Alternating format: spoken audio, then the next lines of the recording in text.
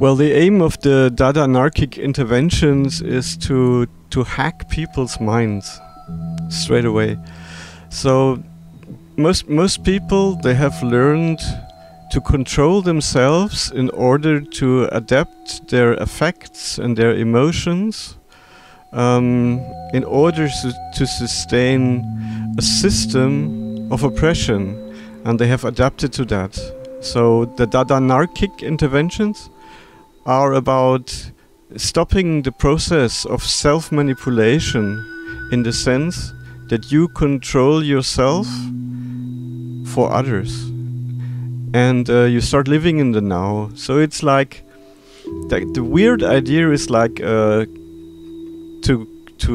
trigger people to switch into living in the moment, just by being exposed to a piece of art that is very minimalistic.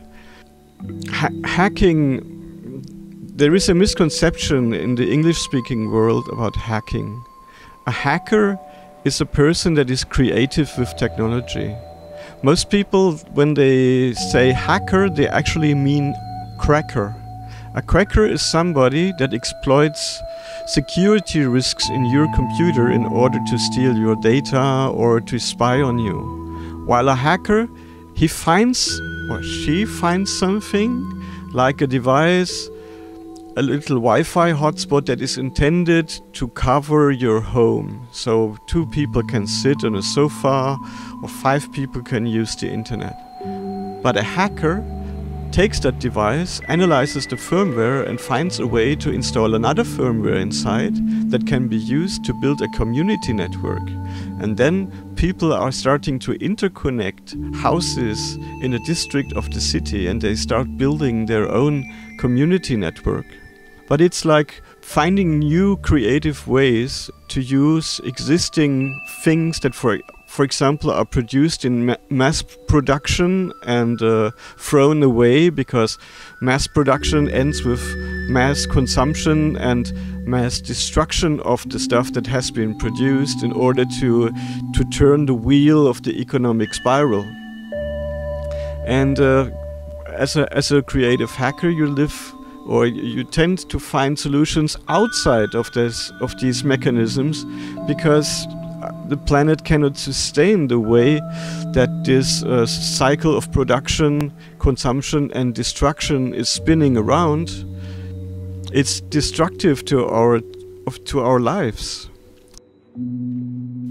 We are all standing on the shoulders of giants. The language that we use, the letters that we use to write, that has all been invented by other people, and we're all building on others' works, and hopefully we can contribute something useful to that work. So the basic technology of writing is still involved, and also, well, the data that is used to build those tablets, it's coming over the internet. We're in the digital age, and these are all technologies that we are using. But when hacking, you can find new opportunities, new fields are opening up. Hackers and nerds, they often think that we just need the right algorithm and the right technology to make the world a better place. But I think it's more essential to also look into this internal language and to analyze what this internal language is doing to the people, how it is affecting their emotions and the aims of their life. For example, most people, they think, when they look down at themselves, they think, oh, this is my body, and I'm living inside that body. But when you think that you live inside a human body, you separate yourself from your true existence. You are the human body. You are not a separate entity.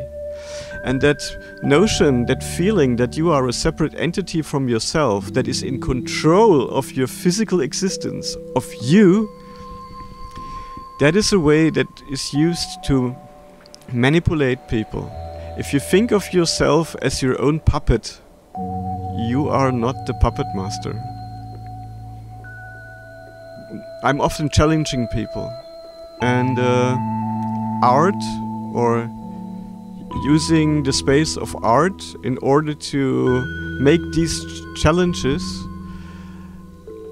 somehow it mitigates the effect, maybe, but it also might inspire people that at least have an interest in art, also in art that actually makes them think.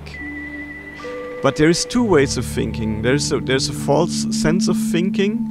It's like when you think, yeah, I am the puppet master and I'm using my brain. My brain is like a muscle and I can control it and I can train it so it stretches better. Yeah? If you're living inside that world, that you are the brain master, well, that brain master is just an imaginary creation, a social construct that you have adopted because you grew up in a society where this is common sense, to think of yourself as an internal controlling instance of yourself.